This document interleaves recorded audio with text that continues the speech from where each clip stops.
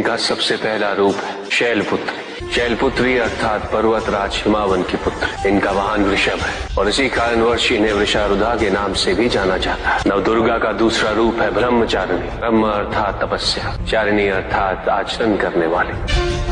ये रूप उस ज्ञान व आचरण का प्रतीक है जिसके माध्यम से इन्होंने मुझे अपने पति के रूप में प्राप्त किया। नवदुर्गा का तीसरा रूप है चंद्रघंटा। मस्तक पे घंटे के आकार में आधा चंद्र। ये रूप अत्यंत शांतिदायक कल्याणकारी है। विभिन्न प्रकार के अस्त्र और शस्त्र इनकी 8 भुजाओं में सुसज्जित है। इनका तीसरा नेत्र सदैव खुला रहता है। चंद्रघंटा का वाहन सिंह है। ये युद्ध करने हेतु सदैव तत्पर रहती है। इनकी आराधना करने से निर्भीकता और वीरता के साथ ही सौम्यता और विनम्रता का विकास निश्चित है। ये जो मृत्यु देती है वो सुख कारक और निर्भय अवस्था में होती है। इनकी मंद मंद हंसी से संसार का जन्म संभव होता है। यह है नवदुर्गा का चौथा रूप जिसे कुष्मांडा के नाम से जाना जाता है। अष्टभुजा, शस्त्रधारिणी, व्याघ्रवाहिनी, हिरण्यवर्णा।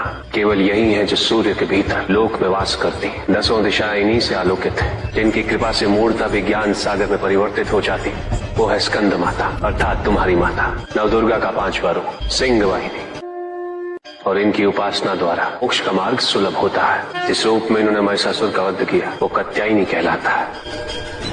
इनकी आराधना करने से अर्थ, धर्म, काम और मोक्ष फलों की प्राप्ति होती है। श्याम रंग, खुले केश, एक हाथ में लोहे का कांटा और एक में खड़ग, जिनका आशीष शुभों का कर्ता और कारक है। ये रूप काल रात्रि रूप कहलाता है। ये अंधकार का विनाश करती है। इनकी आराधना करने से असुरी शक्तियां भी भयभीत हो जाती है। श्वेत वर्ण, श्वेत वस्त्रों से सुसज्जित, चतुर्भुज, त्रिशूलधारी, तालवाद्य धारण करने वाली ये इस रूप में अपने उपासकों को अवदान देती। ये इनका महागौरी रूप है। माँ दुर्गा का 9वां रूप सिद्धदात्री कहलाता है।